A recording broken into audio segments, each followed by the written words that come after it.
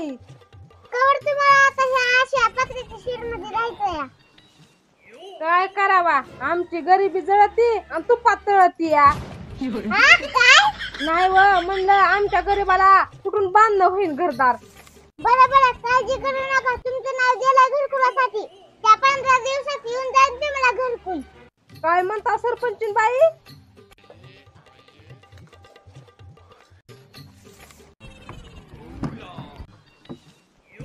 या बसा सरपंचीन बाई. आता आम्हाला खुर्चीवर बसवायचं. तुमच्याच हातात आहे काकी.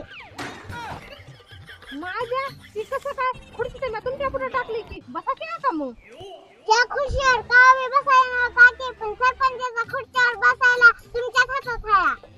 दरवर्षी मी सरपंच होते, पण यंदा ती गुढी आपल्या विरोधात उभा आहे. मला तर आता काळजीच पडली या काकी, ती गुढी आता तुम्हाला घरकुल येऊ देते का नाही. मी जर सरपंच राहिले तर काय काळजी नाही.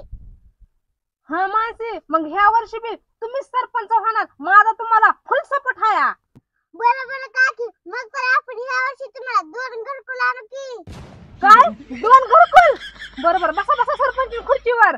नका नका, बसा तुम्ही. चला मग आता घर बांधायची तयारी. मी येते गावातून फिरून.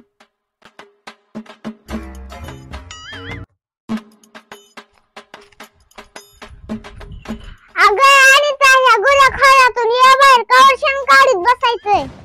अगं जे गेलं चंद्रावर, तुम्ही अजून खाय शेणाच्या उखंड्यावर. काय करावं सरपंचीनबाई, आमचं कुठं नशीब तुमचं एवढं चांगलं. शेणपाणी केल्याशिवाय आमचं कसं पोट भरावं, तुम्हीच सांगा. अगं अंगणवाडीत जागा निघल्या तर नाही नाही म्हणलं तरी पण 20-25 हजार पगार येतोय. बघ ही शेणपाणी सोडून जमत असेल तर पगार उचलायला. आता आता सुखाचा घास कुणाला नग वाटन सरपंचीनबाई, पण मला कोण घेणार तिथे ड्युटीला? कोण म्हणजे मी कशाला एवढी मोठी सरपंचीन. घे इकडे तुझे कागदपत्र. आजच भरू आपण तुझा फॉर्म, म्हणजे 10-12 दिवसात लागून जातील. हो देते की लगेच. हो, पण एक अडचण आहे. काय अडचण आहे सरपंचीनबाई? ती गुढी तिच्या बहिणीला लावली अंगणवाडीत नोकरीला, म्हणून तर उभारली आहे सरपंच पदाला. ती जर सरपंच झाली तर आपला फॉर्म कुठल्या कुठे चोडवीन. काय म्हणताव सरपंचीनबाई, असं आहे का? मग तर ती सरपंच काय उपसरपंच बी होणार नाही.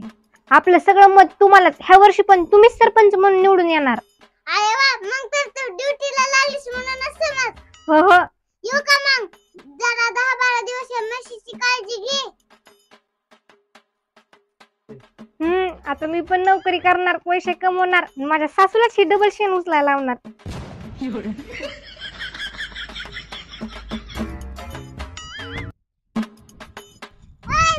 कुठे गेलता 2 दिवस झाला? गावाला गेलो होतो जरा मामाच्या. अरे इथं गाव पेटलाय, तू फिर मामाच्या गावाला. गाव पेटलंय? कुठल्याकडे कोण पेटलंय?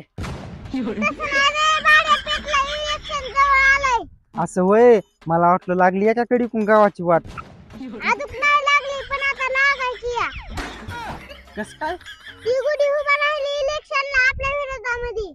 गुड्डी उभारू नाही तिकडे गुड्डा उभा राहू. आपल्याला काय घेणं देणं नाही इलेक्शनचं. वाकडी तिकडे पोरगी भेटायला गेली त्या लग्नासाठी. माझ्या बघण्यामध्ये हाय एक पोरगी, तिला पण लग्न करायचंय. पण काय जाऊ दे. सांग की माणसे, कोण आहे ती पोरगी? करेल का माझ्यासोबत लग्न? आता मी म्हणत तर तिला जमाय. मी जर म्हणलं कर तुझ्यासोबत लग्न, तर ती पळत येऊन तुझ्यासोबत लग्न करीन. काय म्हणतीस माणसे? दिकी मग तिचं माझं जुळवून. जुळून काय, तुझं तिचं लग्न लावून देईन मी. पण लग्नाला एक नागिन आडवी येईल या. आधी आपल्याला तिला दाबून ठेवा लागेल. नागिन असू दे तर नागोबा असू दे, मी त्याला पोत्यात घालून गावाबाहेर नेऊन जंगलात सोडून येतो. जंगलात सोडायची काय गरज नाही. पण तुमचं लग्न होत तर आपल्या गावातल्या परीक्षा जरी कोंडून ठेवली तरी जमतंय. मग उद्याच कोणून टाकतो की कोण आहे ती दाखव मला. हो दाखविते की. चल मग.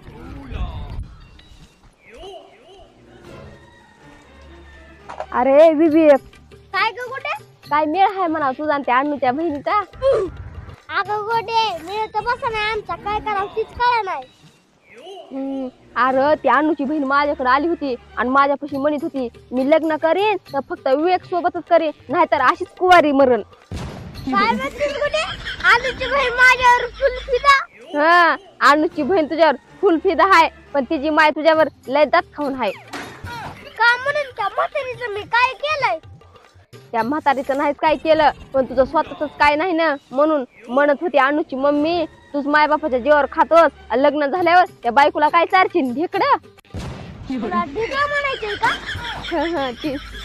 आईला ह्या म्हातारीचा मला बंदोबस्तच करावा लागेल. विवेक माझ्याकडे एक आयडिया आहे, बघ करीत असला असतं सांगू का? हो हो. घे इकडे मग तुझा कान,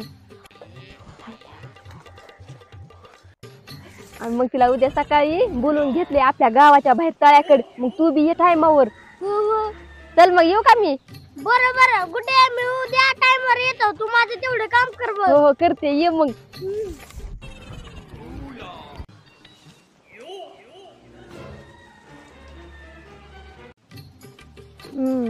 जाऊन जाऊन माझं काय जाण, हे अर्धा एकर तुकडच जाईल, पण काय पण हो, हे माझं तुकडं गेलं तरी हरकत नाही, पण ह्या वर्षी सरपंच मीच होणार, ती पण त्या माणसाच्या नाकावर टिचून.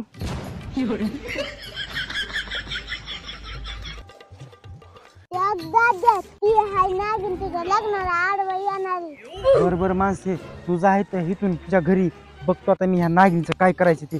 माझ्या लग्नाला आडवं येते वय, दाखवतो तिला माझा भिंगा.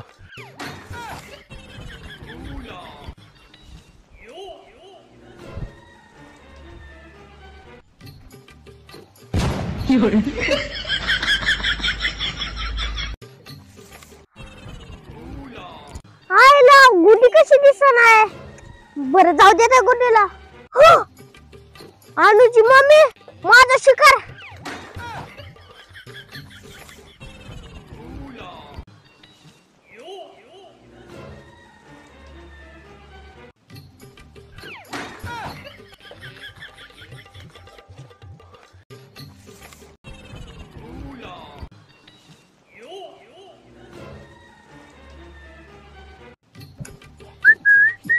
काय रे तुझ्या नरड्याचं बोळ काय लय मोठा आहे का? टोनात ठोकल्यावर वडील का पुन्हा? का ग शिट्टी वाजत नाही ती तर उताना पडन. तुला काय करायचंय? तू काहला माझ्याकडे बघायला लागलीस? मी बघत नाही तर काय बी करेन. मी शिट्टी वाजत नाही तर काही बी करीन. तुला नसेल आवडत तर तू नको ना बघू. आणि मी कधी म्हणलं तू आवडत नाहीस मला? आईला दादी तुझे टाका भिडला. कुठला टाका बिडला? हे अनिता तर माझ्या नारड्यात टोना ठोकाय निघाली या. ती टोनीची जाऊ दे बाबा, तू ऐकलं नास का ती जाते तुला काय म्हणली? ऐकली की ती म्हणली मला, मी कवा म्हणलं की तू नाही मला आवडत.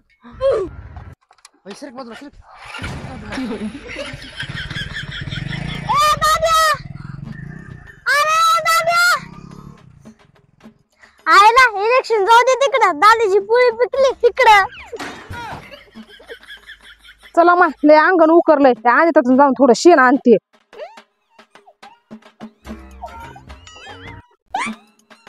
कशाचा आवाज यायला या?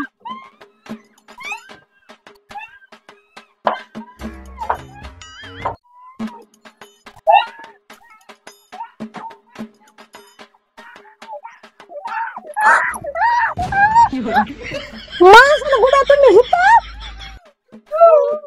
मला इथं कोणीतरी आणलं होतं. मला घेऊ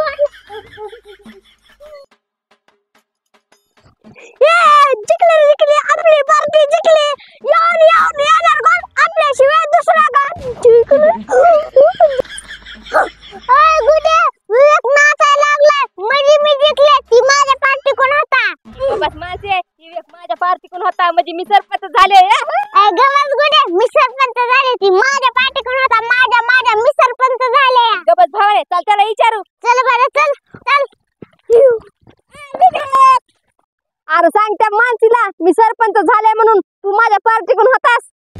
ही गुडी येडी झाली. हिला सांग मी सरपंच झाले म्हणून तू माझ्याकडून होतात.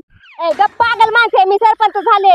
गप्प पागल गुडे मी सरपंच झाले. ए भवानी मी झाले. गप्पा, या वर्षी या गावाचा सरपंच मीच बनलोय.